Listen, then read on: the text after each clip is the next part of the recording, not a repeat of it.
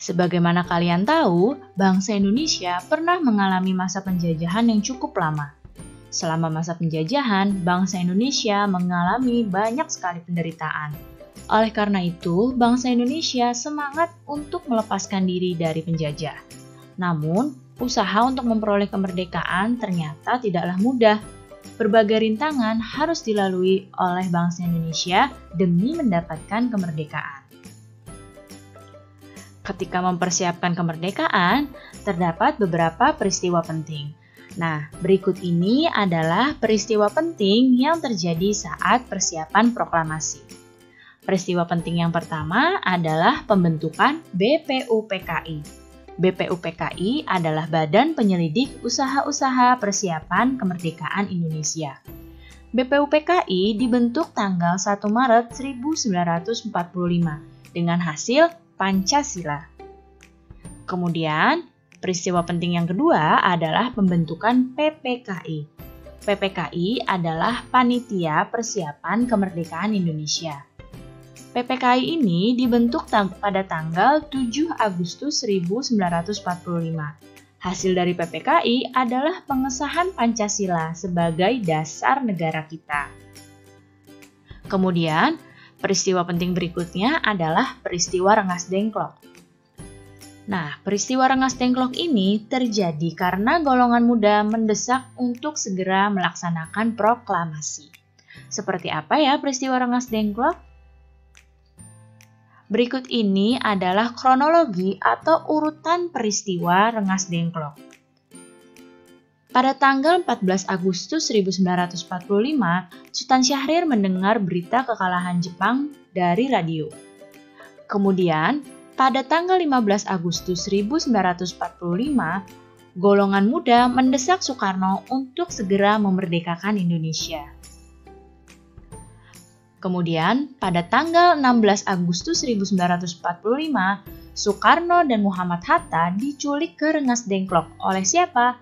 Oleh para golongan muda. Tujuannya agar mereka tidak terpengaruh oleh Jepang. Pada tanggal 16 Agustus sore, Soekarno dan Muhammad Hatta akhirnya setuju untuk memerdekakan Indonesia dan mereka pun kembali ke Jakarta. Pada tanggal 16 Agustus 1945, di malam harinya, Soekarno mengumpulkan anggota PPKI di rumah Laksamana Maeda. Nah, kemudian kita akan masuk ke peristiwa proklamasi. Dini hari setelah naskah proklamasi dirumuskan oleh Soekarno, Muhammad Hatta, dan Ahmad Subarjo, kemudian naskah proklamasi tersebut disetujui oleh seluruh peserta rapat. Setelah disetujui oleh seluruh peserta rapat, naskah proklamasi diketik oleh Sayuti Melik. Setelah diketik, lalu persiapan berikutnya adalah Ibu Fatmawati menjahit bendera merah putih. Dan pembacaan proklamasi pun dilaksanakan tanggal 17 Agustus 1945 pada pukul 10 pagi di Jalan Pegangsaan Timur nomor 56. Berikut ini adalah teks proklamasi. Nah, yang ini adalah teks proklamasi coretan tangan dari Bung Karno. Dan yang sebelah kanan ini adalah teks proklamasi yang sudah diketik oleh Sayuti Melik.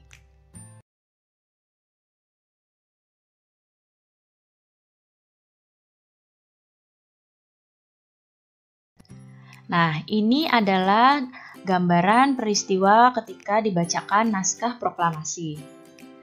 Ketika itu, naskah proklamasi dibacakan pukul 10 pagi. Nah, kira-kira bagaimana ya suhu udara ketika pukul 10 pagi? Sekarang kita akan memasuki muatan IPA. Suhu udara yang biasa kita rasakan dipengaruhi oleh intensitas sinar matahari. Perubahan suhu dan kalor memiliki hubungan yang erat. Kalor itu didefinisikan sebagai energi panas yang dimiliki oleh benda. Secara umum, mengetahui adanya kalor yang dimiliki oleh suatu benda dapat dilakukan dengan cara mengukur suhu benda tersebut. Kalor yang dimiliki oleh suatu benda itu bisa berubah-ubah, bisa naik dan juga bisa turun. Karena kalor dapat berpindah dari suhu yang tinggi menuju suhu yang rendah. Sekarang perhatikan gambar yang ada di hadapan kalian. Di sini ada gambar, ada air panas dan air dingin yang digabungkan jadi satu. Di sini bisa kalian lihat, air panas ini bersuhu tinggi. Sedangkan air dingin ini bersuhu rendah. Ketika air panas digabungkan dengan air dingin, maka suhunya masing-masing berubah. Suhu yang air panas akan turun dan suhu yang dingin akan naik dan ketika digabungkan akan menjadi air hangat. Jadi, air panas akan melepas kalor karena dicampur dengan air dingin. Sedangkan air dingin menerima kalor dari air panas. Ketika dicampur, air tersebut akan menghasilkan suhu baru dan akan menjadi air hangat. Sekarang lihatlah di hadapan kalian. Ada seorang anak yang memasukkan es batu ke dalam air di gelas. Pernahkah kamu memasukkan es batu ke dalam air di gelas? Ya, mungkin kamu pernah ya melakukannya. Apa ya yang terjadi dengan es batu tersebut? Nah, sekarang kita akan mempelajari muatan IPA. Di hadapan kalian ini ada gambar es batu. Namun bisa kalian lihat di sini ada air di sekitar es batunya. Tandanya es batu ini sudah mulai mencair. Mencair merupakan peristiwa perubahan wujud benda padat menjadi cair. Peristiwa mencair terjadi karena adanya kenaikan suhu. Pemanasan pada benda mengakibatkan suhu menjadi lebih tinggi dari suhu awal, sehingga mengubah wujud benda padat menjadi cair. Itulah yang terjadi pada es batu. Es batu ini tadinya suhunya rendah. Karena ditaruh di luar ruangan atau dicampur dengan air yang suhunya lebih tinggi, maka lama-kelamaan es batu ini dapat mencair. Yang tadinya es batu ini benda padat, lama-kelamaan menjadi benda cair. Berikut ini adalah contoh peristiwa mencair di dalam kehidupan sehari-hari. Selain es batu yang mencair di dalam gelas atau es batu yang mencair ketika kita keluarkan dari kulkas, ada lagi peristiwa-peristiwa lain. Yang pertama adalah mentega yang meleleh saat dipanaskan. Kemudian, coklat batang yang meleleh saat dipanaskan. Besi yang mencair saat dipanaskan dengan suhu tinggi. Dan lilin yang meleleh saat dipanaskan atau dinyalakan sumbunya. Nah, bisa kalian lihat di sini contohnya mentega yang meleleh saat dipanaskan. Mentega tadinya bentuknya padat. Ketika ditaruh di atas wajan dan terkena panas dari api, nah di sini mentega akan meleleh. Ini tandanya mentega mengalami peristiwa mencair. Kemudian coklat batang. Coklat batangan ini juga tadinya benda padat. Ketika dipanaskan di atas kompor atau di atas benda yang panas, coklat ini dapat meleleh seperti ini. Begitu pula dengan besi. Besi yang padat ketika dipanaskan dengan suhu yang sangat tinggi, maka besi tersebut dapat mencair. Jadi seperti ini. Bisa kalian lihat di sini yang menyala, ini adalah cairan besinya. Besi bisa mencair seperti ini ketika dipanaskan dengan suhu yang sangat tinggi. Dan ada lilin yang meleleh saat apinya dinyalakan. Nah, seperti ini. Bisa kalian lihat di sini, di sekitar lilin juga ada cairannya yang dekat api. Ini tandanya lilin mengalami peristiwa mencair. Jadi, ini adalah beberapa contoh peristiwa mencair di dalam kehidupan sehari-hari.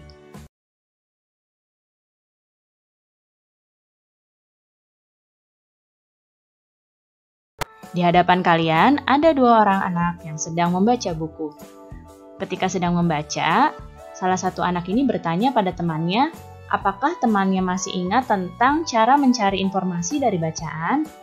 Lalu temannya menjawab, dia masih ingat, yaitu cara mencari informasi penting dari bacaan dengan membuat pertanyaan dan menjawabnya. Cara mencari informasi penting dari bacaan. Mari kita ingat kembali. Yang pertama, kalian harus membaca teks bacaan tersebut dengan cermat dan juga teliti. Kemudian, kalian buatlah peta pikiran tentang pertanyaan dan juga jawaban yang merupakan informasi penting dari bacaan. Kalian buat pertanyaan dengan menggunakan kata tanya yang sudah kalian pelajari. Kemudian, dari pertanyaan tersebut kalian jawab dan kalian akan mendapatkan informasi penting dari teksnya. Setelah kalian membuat peta pikiran yang berisi pertanyaan dan jawaban, kalian gabungkan jawaban-jawaban tersebut menjadi satu simpulan bacaan. Sekarang coba kalian bacalah teks berikut ini dengan cermat.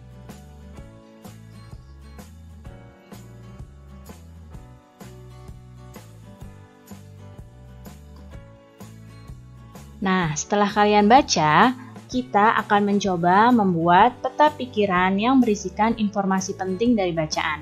Peta pikiran ini berisikan pertanyaan dan juga jawaban dari teks ini. Teks ini judulnya adalah Peristiwa Sebelum Pembacaan Naskah Proklamasi.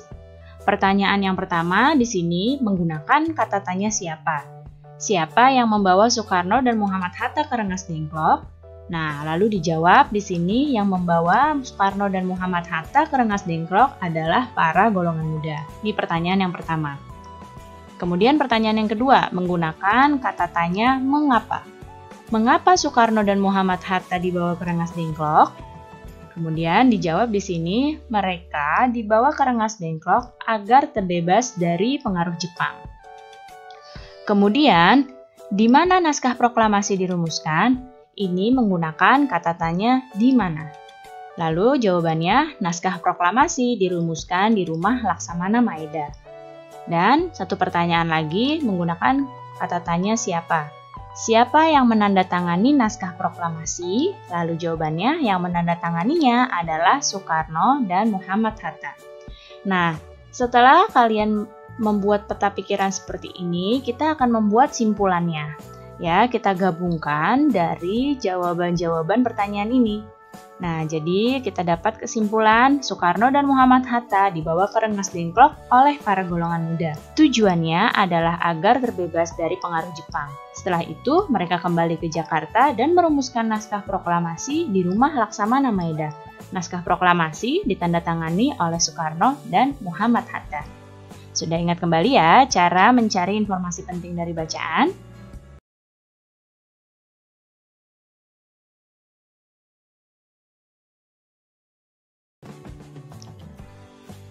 Nah, lihatlah di hadapan kalian ini. Ada sekelompok orang yang sedang menari. Masih ingatkah kamu dengan pola lantai tarian? Sekarang kita akan memasuki muatan SPDP. Pola lantai adalah garis-garis di lantai yang dilalui oleh penari dari perpindahan satu tempat ke tempat lain saat melakukan gerakan tarian. Sebelum membahas pola lantai, kita akan mengingat kembali tentang bentuk karya tari. Bentuk karya tari itu ada 3. Yang pertama ada bentuk tari tunggal, kemudian yang kedua ada bentuk tari berpasangan, dan yang ketiga ada bentuk tari berkelompok. Nah, bisa kalian lihat di sini, kita akan amati pada tari tunggal ini kira-kira apa pola lantai yang bisa digunakan.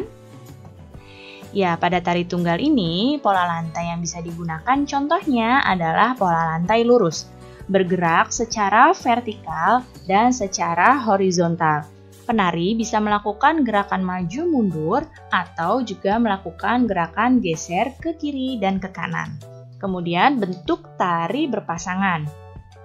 Pada bentuk tari berpasangan, pola yang bisa digunakan adalah pola lantai diagonal. Di sini bisa kalian lihat penari pria berada di belakang penari wanita, sehingga membentuk garis diagonal.